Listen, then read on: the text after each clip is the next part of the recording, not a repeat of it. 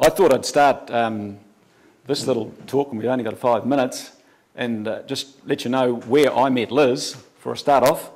And in 1969, I was starting a career, and I felt that I had a couple of years to give to the missions, and I ended up in Papua New Guinea for a 2-year tour of duty. And in 1970, I got a telegram to say that my younger brother was killed back in New Zealand here, and I was needed at home. So I flew back to New Zealand and immersed myself in dairy farming and grain growing and all sorts of things. But the interesting thing was that when I was in New Guinea, I met a guy there about my own age who'd been educated at a college in Auckland, a sister college to the college that I went to, and probably played football against him, and we became very good friends. And late in 1970, 71, I heard through the grapevine that he was back in New Zealand. So I checked him out, and he had a young sister, and as soon as I saw her, I have to say that she was a petite little dish.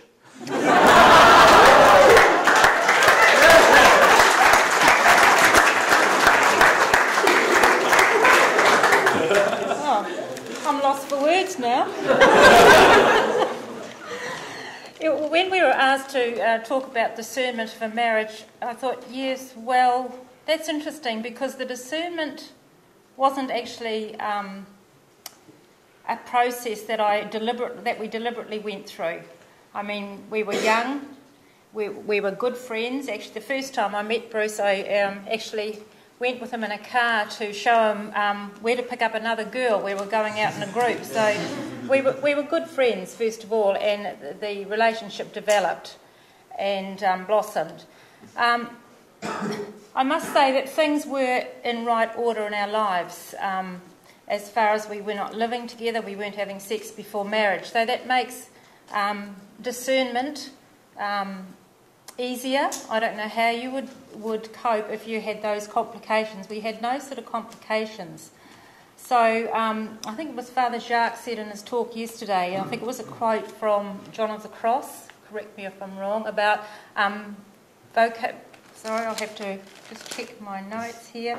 The heart of vocation is love. And I thought, well, you know, we were in love, and it was just natural and normal for us to want to get married. We were both Catholic. There was sort of no impediments. And at all this time, I really did feel God's presence in our lives. It was just God was placing things for us, for marriage, and looking back, I can certainly see that. In terms of discernment, when we sort of sat down and prayed a little bit and thought and tried to go back across the years, it's been 34 years, things came back slowly, but they did come back. And one of the things, and it's probably subconsciously or consciously, one or the other, didn't matter, but I quickly recognised that Liz had a strength of character which shone through, and the more that I got to know her and accompanied her to all sorts of things like whānau weddings and parties and funerals and things like that. And it very quickly became obvious that her uncles and aunts held her in very high regard, which confirmed what I'd already discerned. And I can recall one particular weekend when Liz was a registered nurse working at Green Lane at the time. I was farming down in Morrinsville, in the Waikato, and she came down for a weekend, and we went for a drive on a Sunday afternoon, and this was getting quite late in our courtship, and she more or less gave me an ultimatum. She had a very good girlfriend, and they were looking to go overseas, and she said, well, Bruce, it's it's either that or that. And so I don't remember that. Sort of like that anyway. But I think that it was obvious that there was never any doubt in my mind that Liz was the girl for me, and we duly got married. And in 1973, in Papatoetoe in Auckland, Father Gerald Fitzgerald officiated at Papatoetoe.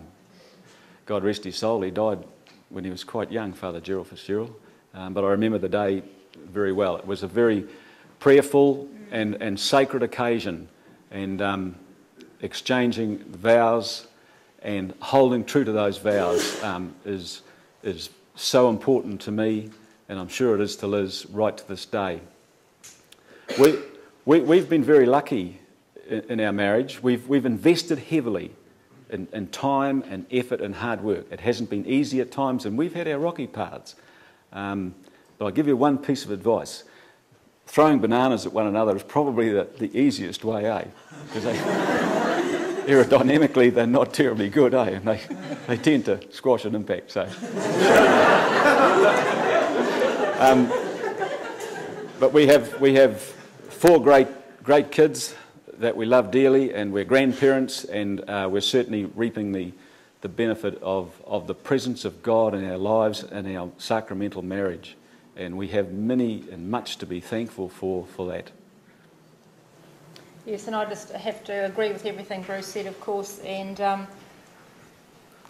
if you do find yourselves thinking about marriage, be courageous, take the step, and God will honour your decision and keep working at your marriage from day one. Thank you.